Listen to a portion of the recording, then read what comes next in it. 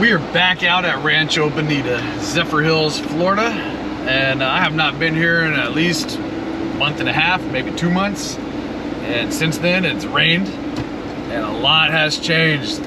These puddles, you can never trust them. I've already been through probably 50 of them. They look just like this. You wouldn't think anything of it. And some of them could be 3, 4, 5 feet deep. They said a mega truck on 60s got stuck back there. So I'm gonna give you guys a friendly off-roading tip. Let's come up to this puddle and I'll show you how I do it. Very common problem, common mistake with new off-roaders. Like right here, they just go blasting through. That's how you hydro lock your motor. Even if your motor is not completely underwater, if you suck in water like that from the puddles blasting, you're gonna have a bad day. So this is what I do. I creep into it super slow. Like if this is my first time here, and I'm not from, look at that, it starts to drop off. And it just keeps going deeper. So you would not expect this to be that deep. Creep into it, and then I'll go the first time. Second time, you know, maybe you can go a little bit faster. But if you're unfamiliar with the terrain, this is how you want to do it. Just creep right through.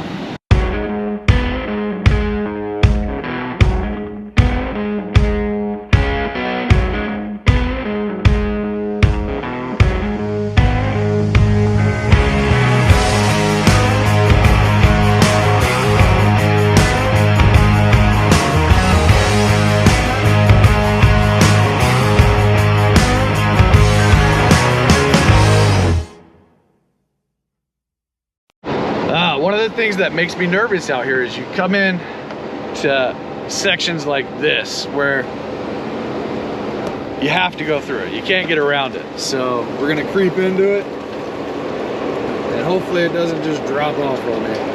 I don't think it's gonna be too bad if you have to go through it, but you never know. A lot of these guys out here, they sit there with their back 2 wheels and just dig them out for fun. That's how it is out here. I mean, look at this. Just in what I can see right here, there's at least 5, 6 more big puddles that you got to get around. I love Rancho. I love the trails like this, the shaded canopy from the trees, just S-turns and berms everywhere. And then over here, I didn't realize that this was the section I was at, and I kicked myself in the butt for not having the GoPro on. But these are some of the deeper puddles out here, and everything's changed so much, I just didn't recognize it. But I started to creep into the first one, and exactly like I was saying, it just dropped off over the wheels and my hood was almost in the water, and I like panicked for a split second, backed out. I was able to back out in 4 low. But that's exactly the reason why I go so slow. Because if you would have been any faster, your whole hood would have been under. It'd have been too late to hit the brakes. You'd have hydro locked your motor and just ruin your whole day, likely ruin your vehicle. So yeah, definitely, I'm gonna preach that. If you're going through water crossings like this, go slow, super slow. Slower the better, until you're familiar with it at least. Also, something you want to keep in mind and be cautious or conscious of is where your intake is on your vehicle. So most Jeeps, it's a passenger side right above the front right wheel.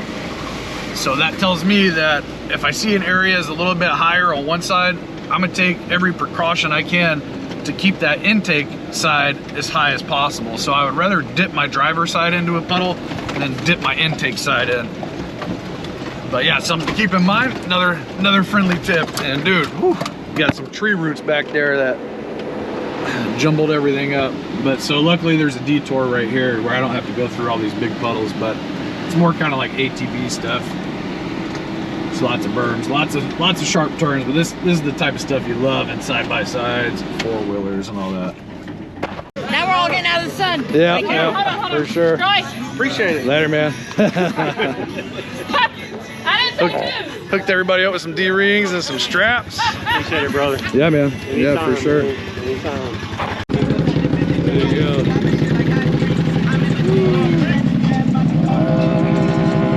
Oh, it's stuck in there. I didn't realize it was stuck.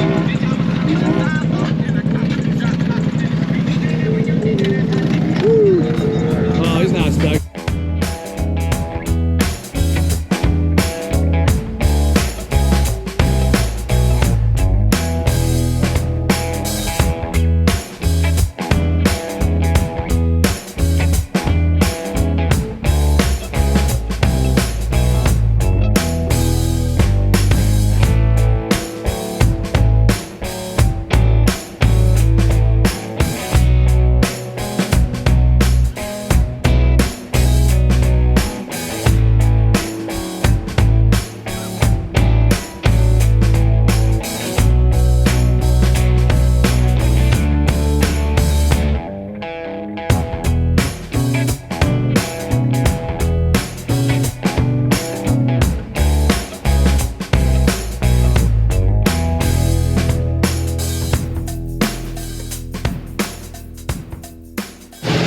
right, well, it looks like somebody might be stuck in the clay hole.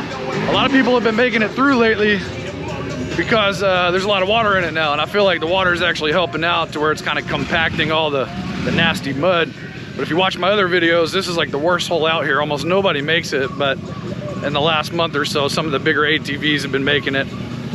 But it's not really clay anymore, it's more like a pond. So, but there is somebody stuck in it right now, so I'm walking down here. Let's get it on video. I know there's a lot of talking in this video, but believe me, I'm waiting for the recoveries. You just gotta come out here, hang out and wait.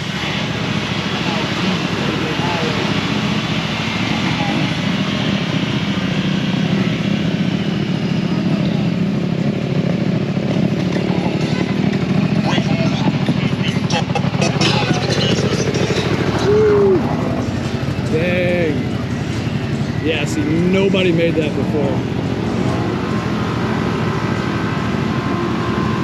Anybody made it through yet today? I think so, but the last time I was out here was like 2 months ago and nobody was making it, you know, there wasn't any water. It's side by side to come through this middle section. It's moving. This is always the worst spot though. I was actually just floating there for a second. Oh no, I lost my shirt or my seat and both shoes right here.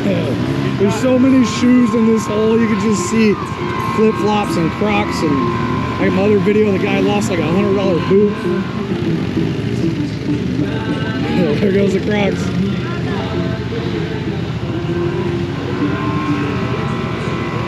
He's making it little by little.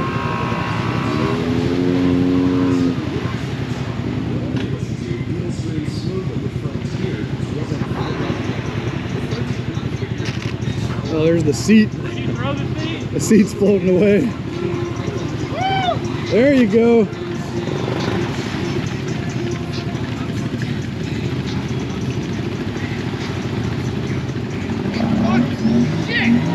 He's only in two-wheel drive right there. Throw it on the other side. There we go. Now you engaged four-wheel drive. I'll bring the bike around to the other side. It's no joke, boys. It's a nasty hole right here. He might be done for, but I think if he finagles it enough, he can get it out of there. Little by little. Forward, back, forward, back. We might have to bust out the Jeep on this one. Get a twofer. I think the ATV will get out before the side-by-side.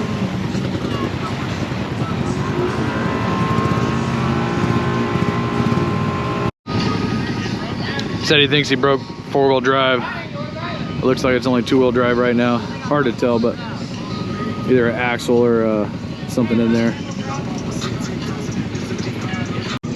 Well, I ran back and got the Jeep, and then it looks like they got the ATV out, but we're just about to get the side-by-side out.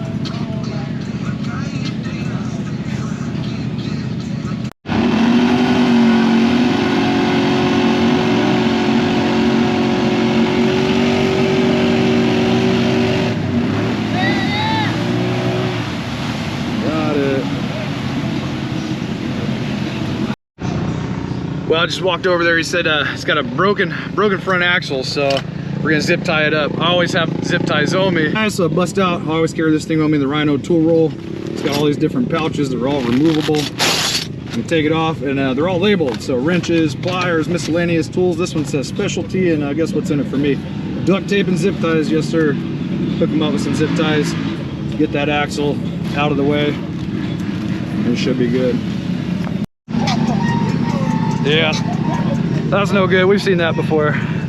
Zip tie it up. You gotta. That's why it's always good to keep those things on you. Yeah. Wow. Yes, sir. Well, we got another one. Looks like his clutch went out right in the middle of the puddle. He was gassing it, and then you can just hear it start slipping. Let's see if we can get it on video.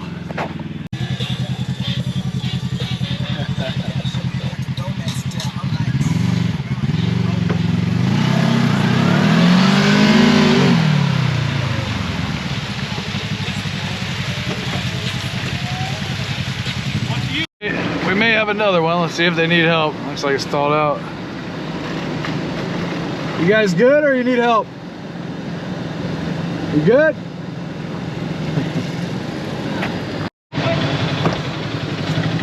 We'll see. I'm gonna try and lift up the back end real quick and see if it, oh, there it goes. Banging it. Good deal, good deal. Well, it's about time to head out, but before I go, I'm gonna stop and get me some food. Got the Rancho burger. Yes, sir. Good to have food out here, man, because I got an hour drive back and I don't want to stop nowhere. Bro, look at that thing. Yes, sir. Nice road snack. Get back to Tampa.